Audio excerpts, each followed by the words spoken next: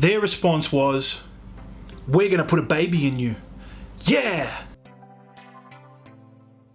Hey guys, welcome back to the channel and welcome to the first story time with Muz.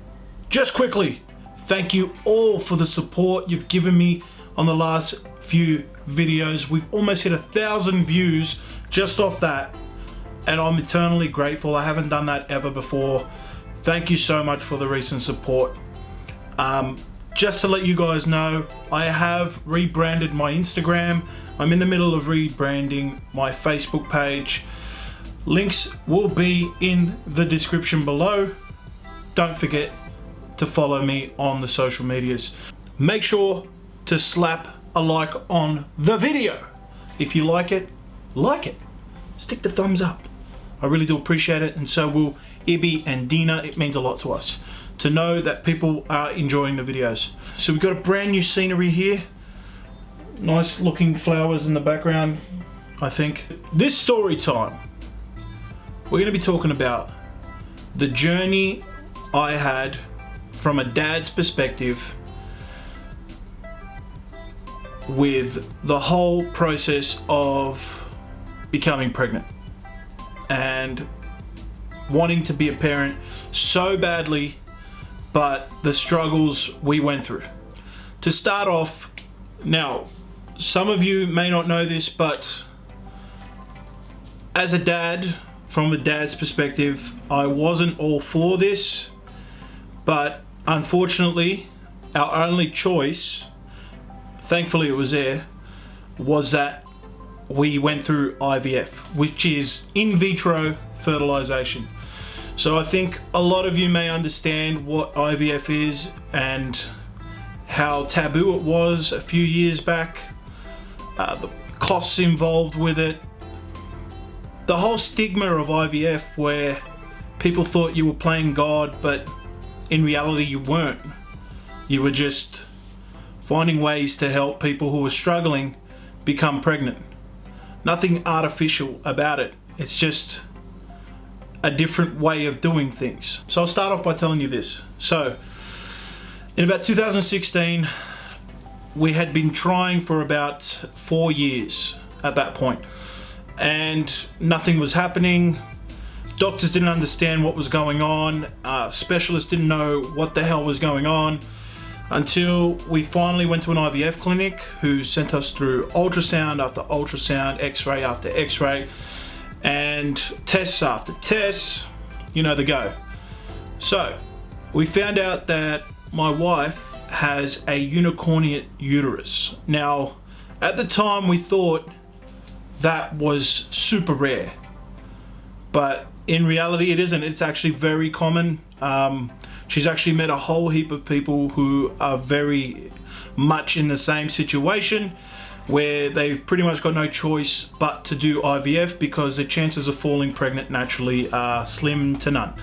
After trying for 4 years, you've got to understand her hopes and dreams kind of crashed, and as a dad to be, or as a husband, I have to be there for her regardless. Now, my responses were very manly. It doesn't really matter if we have kids sort of answers. It was more of, just think of it this way: more time for games, more time for holidays, more time to just have fun. Like it didn't really matter to me whether or not we had kids, but I just really wanted her to be happy. There was times that were very hard because we come from two different cultures. Now, both of these backgrounds are heavily family focused, kids focused. Always you see the auntie and the uncle and they're like, when are you gonna have kids? What, you've been married for this long? How come no kids? Very, very nosy people. And look, I'm sure you guys all know these kinds of people in your life. But we just dealt with it. We told these people where to go half the time because I didn't want people to upset my wife in that way. It's none of your business at the end of the day. Moving on, 2016, we began looking at IVF. I wasn't a huge fan of IVF. I still thought, There's always a chance to fall pregnant. We're just not doing something right. Turns out I was wrong. Turns out I was pretty wrong, because I didn't know what was going on inside. So yeah, after going to see the specialist, after seeing the ultrasounds, we found a brilliant doctor. I'm not about to name names. And they gave us the right advice to move forward, what we need to be doing, what we need to be taking, and which clinics to visit. I'll give you some experiences we had with some of the IVF clinics. Now, we went to one IVF clinic which was charging about $10,000 for a cycle. Now, this IVF clinic, it was well known, but it had no idea how to deal with a unicornuate uterus, and because of that, we were let down in a big way. Now, we walked in there with an open mind, but there's always that hint of, yeah, this is gonna happen, this is gonna happen. But their response was, we're gonna put a baby in you. Yeah! I wanted to lose my mind. It's not up to you whether or not you put a baby in her or not. It's let's hope it works sort of thing. That's our mentality. So, with that in mind, after a few weeks, the IVF cycle was not kicking in. It wasn't working. The cycles that they were giving her, the dosages that were given her, was not letting her produce enough eggs for a cycle. So they were full of crap. The lesson learnt from that story was, keep your minds open. Don't always trust what people say, no matter if they're a doctor or not, no matter if they're a very well-known practice or a very well-known clinic, or you've got friends that have dealt with these things or dealt with these people. They're not always right. They had no idea what they were doing. And we did give up a little bit after that. After a while, we hit the gym, we got healthy again, we started eating right, we started looking after each other a bit better in terms of health, and we decided to try again. So we found an awesome specialist, well known, did not fill us with hopes and dreams, especially the false type, but did say that there was always a chance of you falling pregnant through IVF. We just got to make sure we get all the little things right, which is dosage, which is timing, which is every little intricate thing. Now, IVF has a multitude of things where I only have one part to play. I just got to go sit in an office for a little bit and then come out. That's my part done. The rest of it is all emotional. It's all making sure I'm there for her, because it is an emotional time. Now, the first cycle didn't work. Unfortunately, it didn't work. But because we went in there with an open mind, there was no hard feelings towards it. So we were encouraging each other, let's do it again. We'll do it right. And then she ended up falling pregnant. But this was without the IVF cycle. Now, the IVF cycle might have helped. It might have helped produce more eggs and whatnot. But unfortunately, when she fell pregnant, because of the unicornuate uterus, she fell pregnant on the wrong side. So somehow, she fell pregnant on the wrong side. So unfortunately, when she did become pregnant, it was a false pregnancy, and it didn't last. If we didn't recover from it, we may not have tried IVF again. So we tried IVF again afterwards. It was about 6 months afterwards. This is mid 2017, close to it. And after trying again, we went through an IVF cycle. There was a multitude of needles she had to take, of medicines she had to take, just to make sure we were doing everything right. It was timing. There was a proper schedule of things that she needed to do. Now, it is not as hard as it looks, so don't get me wrong there. Now, when it gets to a point where she's taken enough of her dosages and all that stuff, they retrieve the eggs. Once they retrieve the eggs, I make my little visit to the office do what I have to do, and then I go home. That's it, my job's done. And then we get a call saying, you've done great, we've got so and so many eggs, we're going to fertilize them and then we're going to freeze them. And then we wait, we play the waiting game. So after going to the clinic also sent us a photo of the embryo. I'll show it up screen now. Showed us a photo of the embryo when it was fertilized, and look, it doesn't look like much, but it was a great moment for us. Then we played the waiting game after the embryo was transferred.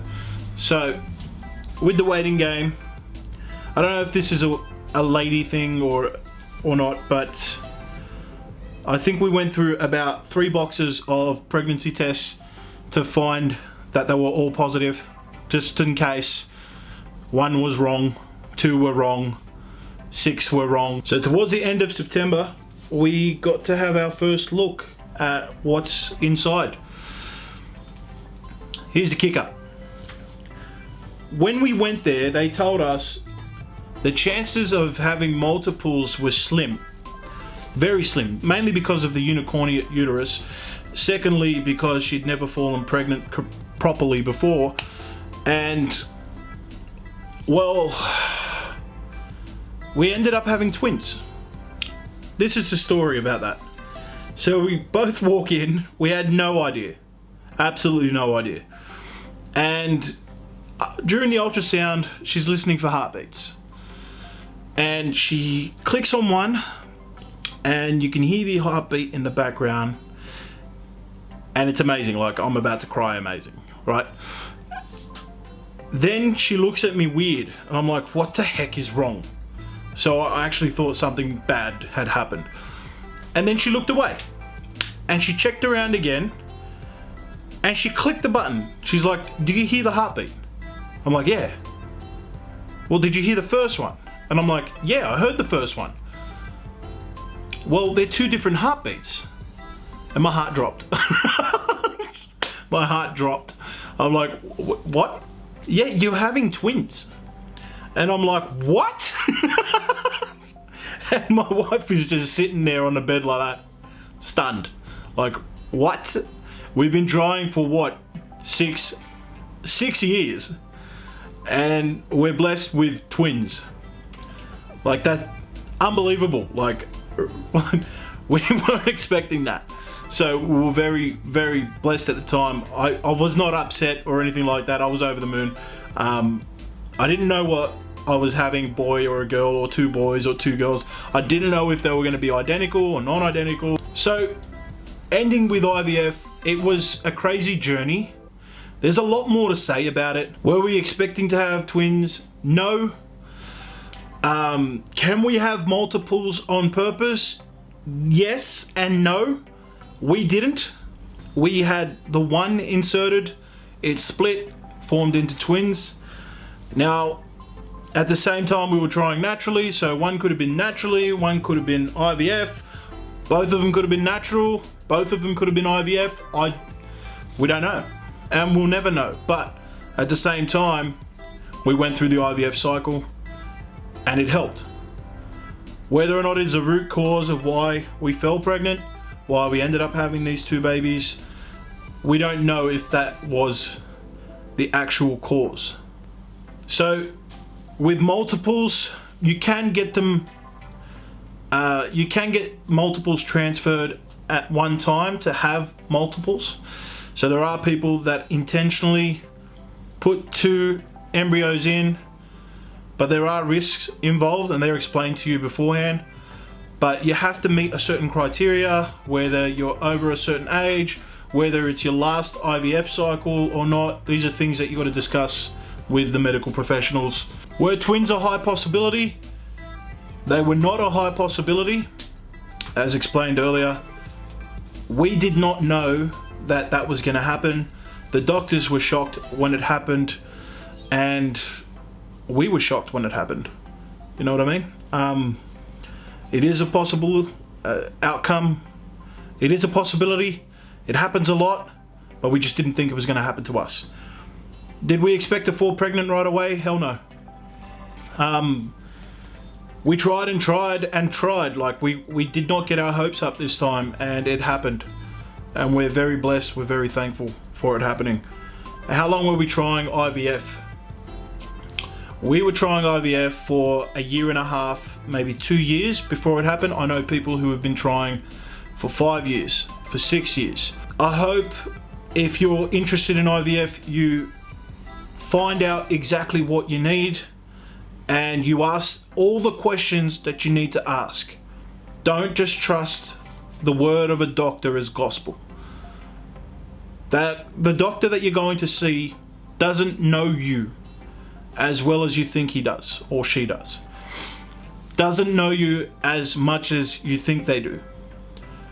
Ask all the right questions. Let them get to know you. Let them do every test that they have to do to make sure that your emotional health is intact after the whole process. As I said earlier, I wasn't a big fan, but it was something that my wife wanted to try. We felt we were at a hopeless stage in our life. We had people constantly asking the question of when we're going to have kids, and as much as we wanted to, we couldn't. So you got to understand, coming from the families that we came from, it was a difficult time. It was a struggle. No matter how much fun we'd have, it would never fill the void of not being able to have kids. If you like this video, make sure you slap a like on it. If you have any questions, put them in the comment section below. Once again, thank you so much for your support for these last few videos. I really do appreciate it. I hope you enjoy these types of videos. This concept is new to me. I'm so sorry if they seem a little bit dragged on or a little bit unprofessional. I am learning, especially filming babies. That was a really difficult process. The last video, I think I had about an hour's worth of footage and I had to take it down to 9 minutes. That's how disrupted the video was. I appreciate your patience with me. Much love and peace from your boy Muz, and much love from Ibby and Dina.